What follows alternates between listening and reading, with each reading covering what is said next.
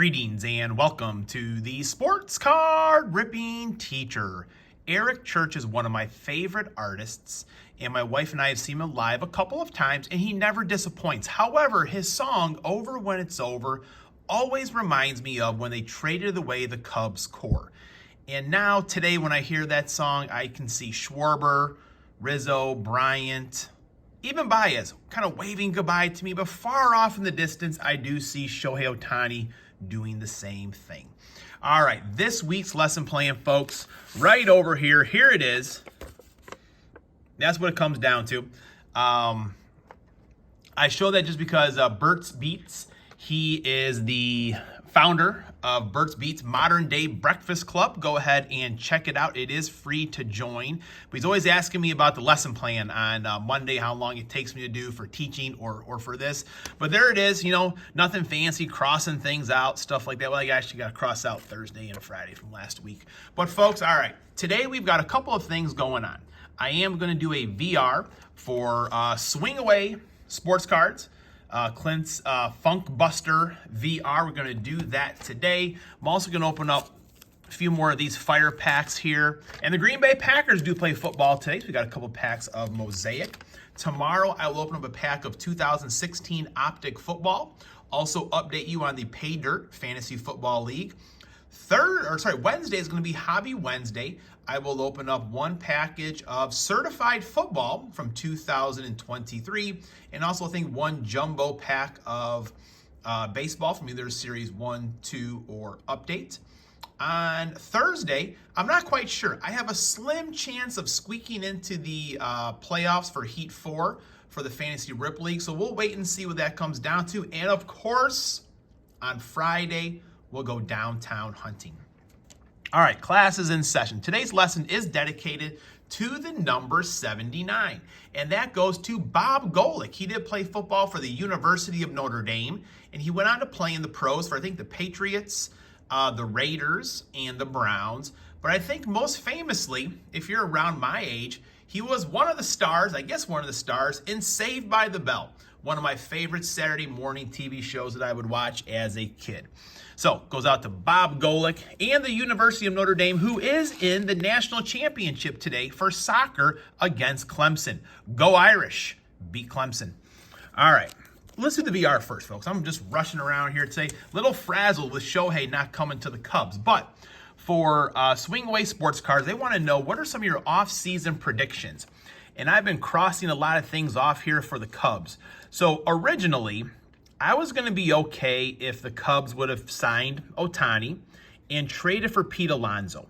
But to trade for Pete Alonso, you would have to, trade some of your current pieces and prospects. Prospects I'm always okay with, but I do want to give Christopher Morel the chance to play third base full time this year.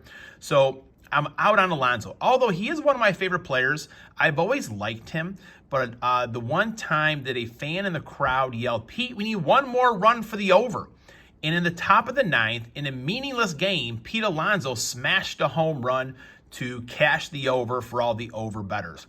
So I have crossed out Pete Alonso. Now, Cody Bellinger is a player that I really liked last year, and he did awesome for the Cubs. He signed a one-year kind of prove-it deal, and he definitely proved it. And I just don't know what it's going to cost. So ideally, I would love for the Cubs to sign Cody Bellinger and JD Martinez for that one more professional bat to kind of protect him in the lineup. And then pitching, I would love for the Cubs to sign Yamamoto, but a lot of the arms they have are not used to pitching big innings. So I feel like we need either Snell or Nola in order to, or have the innings that the Cubs need, because Justin Steele, Jordan Wicks, Javier Assad are all fine pitchers, but I think Steele had 150 innings last year. Wicks and Assad were like right around 100 maybe. They do have to strengthen those arms a little bit more. The Cubs do have some good pitching coming up in the farm system for maybe 2024, but most likely 2025 and 2026.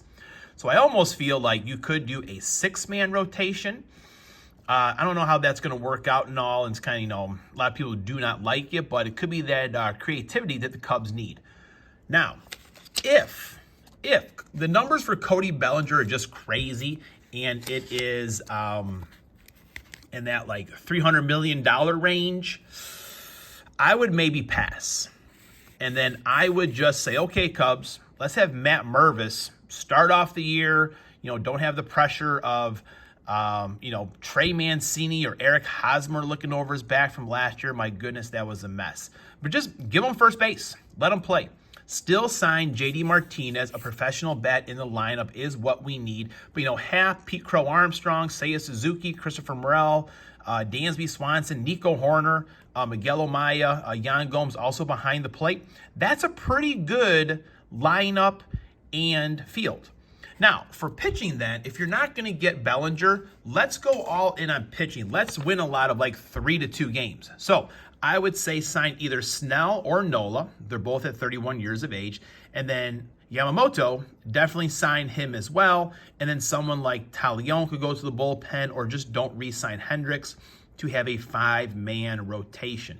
So a lot of questions for the Cubs, but the one thing I must say is don't go cheap now. If you're going to spend $500 million on one man, let's spend that on 3 or 4 guys. I do have that feeling that Josh Hader will be in the Cubs bullpen. It seems like the Cubs are famous for signing relievers kind of past their prime to be their closer.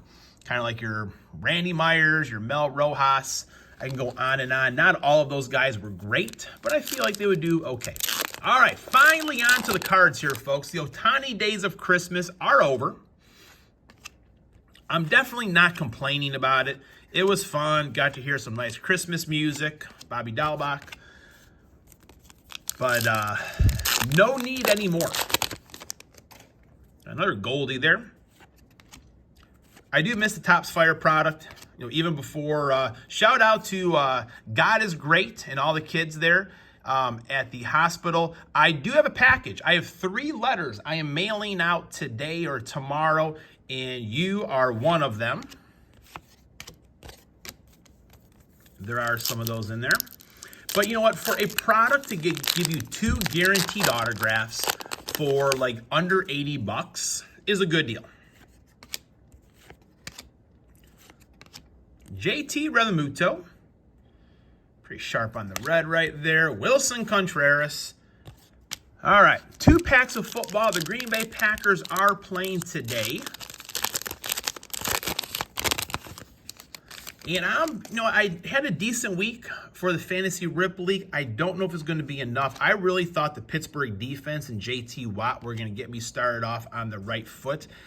They were the wink links for sure. It would have been nice. There's DTR. It would have been nice if CeeDee Lamb could have got me 1 more touchdown. Elevate Keenan Allen. He was on my roster. I think he had item for a ×3 maybe, so he got me pretty good points. And I probably could do the math to look and see, but I don't want to do all that work and find out that I'm like 3 points short. So I'm going to let them do the work for me. Sam Laporta and Fletcher Cox. All right, folks, I'm saying Green Bay Packers win by 1 million today. Class is dismissed.